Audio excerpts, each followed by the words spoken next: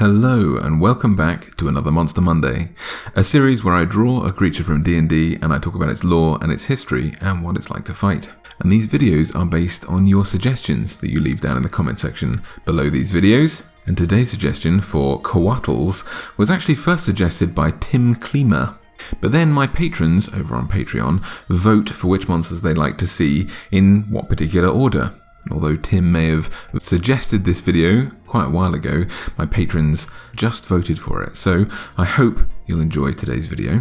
If you'd like more control over which videos come up, which monsters you get to see, obviously you can suggest down in the comment section, then they're added to my list. As I say, patrons are the ones that get to vote on my Monster Monday order. So if you'd like that kind of control and you'd like to give me a little tip for making these videos every week, patrons at any level get to vote. So if you choose to check out my Patreon page, thank you very, very much for helping to support the channel. But if not, I hope you enjoy the video anyway. So what are Couatls? To simply look at them, on the face of them, they are simply winged serpents, easily ignored among the legions of more bizarre creatures that grace the pages of bestiaries and codexes throughout the worlds of D&D. But probe just a little deeper, and a fascinating, deeply sad, and beautiful society of creatures emerge. Couatls first appeared in D&D's first edition monster manual released in 1977, and as their name would suggest, they were directly inspired by a Mesoamerican deity named Quetzalcoatl, whose name literally means feathered serpent. Now, reading the monster manual Couatl, I was a tiny bit disappointed with these creatures. I was disappointed that they're only a challenge rating 4 creature, because Quetzalcoatl is an immensely important Mesoamerican deity in their culture. He's the shape-shifting god of wisdom, art, intelligence, of study, and also of the wind. He has more titles than Gandalf, including Lord of the House of Dawn, the precious tree, the protector of the west, and god of the second sun. In Mesoamerican creation legends, in their cosmogony, Quetzalcoatl was responsible for creating the heavens and the earth. When he and Tlatlacutli, the earth monster, split Tezcatlipoca, the smoking mirror, god of obsidian, god of jaguars, temptation, sorcery, and beauty, in half. He then created humanity and many of the other creatures throughout the world by raising bones from the underworld and sprinkling his divine blood upon them. He then guarded and protected his creations and even transformed into an ant to steal maize and give this to humanity, just like Prometheus in Greek mythology, the staple crop of Mesoamerican culture. He allowed humanity to thrive after creating them. He ruled as a king of the third sun, suns being loosely analogous to kind of dynasties or ages, reigns of kings, things like that.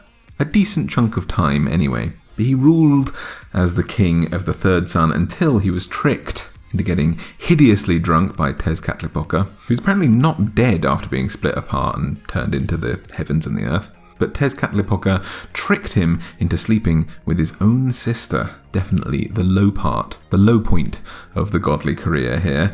But he was so distraught when he woke up and realized what he'd done that he burned his house to the ground, hid all of his gold, and sailed away on the ocean to become the planet Venus, still watching over humanity, but from a great, great distance, vowing to return one day in the form of a human being. A prophecy that would spell disaster for the Mesoamerican people, who later believed that Herman Cortés, the Spanish conquistador, to be the reincarnation of this protector god when he arrived on their shores in 1504. So the two things that we can take away from these stories is that A, Mesoamerican mythology is unbelievably cool, and B, Couatls, although cool, don't quite fit their immensely important inspiration. It's like kind of saying you can fight a creature called a Hercules and we've given it strength 18. Or you can fight a creature called a Zeus and it can cast lightning bolt once a day, which is fine. It's inspiration, I get that.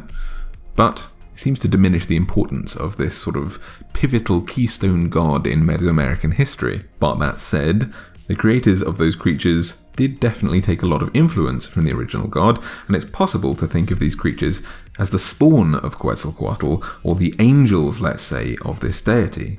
They're lawful good celestials who capture the wisdom and wind-commanding powers of their inspiration with 20 wisdom and a 90-foot flying speed.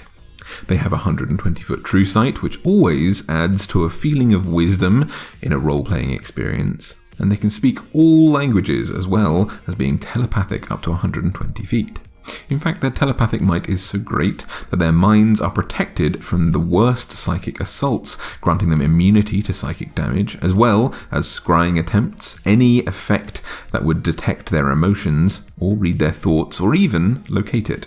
They're also powerful spellcasters, boasting a host of detection spells, healing spells, buffs like Bless, and protection spells as well, like Sanctuary or Protection from Evil and Poison, among other things. On top of everything else, they're natural shapeshifters, something that Couatl was famous for as well, allowing Couatls to transform into everything that it can possibly desire, even humanoids, while it retains its normal stats for a single action. I need to specify that it can transform in a single action, it just maintains its stats permanently. And it can transform into anything it desires, provided that the creature that it transforms into is a challenge rating 4 or below, just like itself. Now, Couatl is supposed to be represented by resplendent Couatls, Quetzal, which is a beautiful sort of jade bird with a red belly and sort of white-plumed tails, which were, historically, Couatls' colours of choice, which will definitely play into the colour palette that I use today.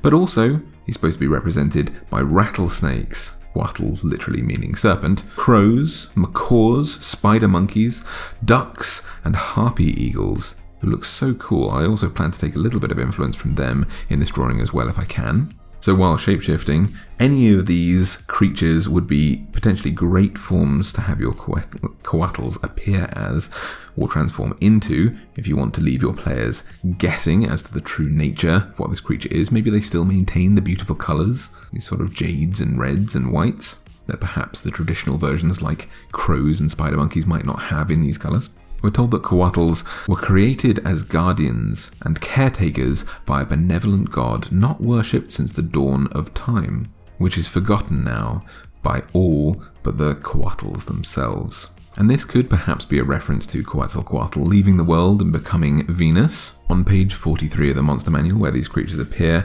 we are told that a Couatl can live for ages without sustenance, even surviving without air. But these creatures can die of disease or the passage of time.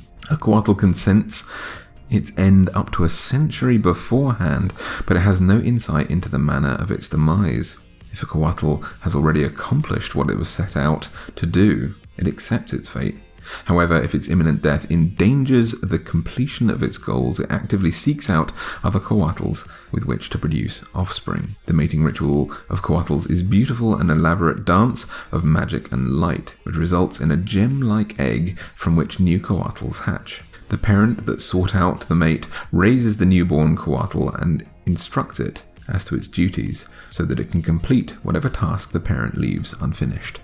So they live fairly sad lives, really. Remnants of a long past age, disregarded by their creator and left to litter our world as a hint of their past. Now, being lawful good celestial creatures, it's unlikely that these flying serpents will be provoked into combat, but their mission, whatever they were created for, just like angels are created by their gods, for a singular purpose, maybe to protect something or a location or a person that you as players may need to get to. So combat could arise with one of these creatures, and to defend itself or someone else, it has a number of attacks, that number being 2. It has a bite attack, which is a +8 to hit, and which deals 1d6 +5 piercing damage, and which causes the poisoned effect, which renders someone unconscious if they fail a constitution saving throw. But this person can be shaken awake by an ally. Fairly underwhelming attack at challenge rating 4. These creatures aren't savage, they're not brutal, they're not going to murder the party, but they might render them unable to attack. unable to harm whatever they're supposed to be protecting. They have a constrict attack, which is a +6 to hit. They launch themselves at someone, giving this a reach of 10 feet. It deals 2d6 + 3 bludgeoning damage as the target is compressed, after which they are grappled and restrained, making them more likely, more susceptible to these bite attacks. Although personally, I think with this thing's 90-foot flying speed, as a DM, I would personally use these creatures to do swift flyby attacks, using some of their movement to reach an opponent, launch him with a bite attack, hopefully knocking them unconscious with this poison, and then using the rest of my movement to fly away, hoping not to get caught. But even if you provoke an opportunity attack from the players, you still have 19 armor class, natural armor, with a Couatl. So it's unlikely that players will be able to do too much damage, especially if you keep yourself at a distance, and certainly if you keep knocking them unconscious with these bites. But the best use of these creatures is really as a caretaker, an NPC, a mission giver, perhaps sensing their death hundreds of years in advance. They come to your team, they find your band of adventurers, hoping to pass on a mission or a quest that they know they'll be unable to accomplish, having never found a mate with which to make a new Couatl. Their dying wish being you shall fulfill the purpose for which they were created. But anyway guys, I hope you enjoyed today's video. I definitely enjoyed drawing this creature and learning about Mesoamerican history, and I hope you did too. If you did, please make sure to do me a favor and hit the like button. Perhaps favourite this video and share it with any communities you might be a part of. It would be great to see the Arcane Forge expand, and I can only do that with your help. If you enjoy the videos I make and you'd like to see more, I make a video every Monday and sometimes on Fridays, so make sure to subscribe and hit the little bell icon for notifications of whenever I upload videos, so you don't miss any out.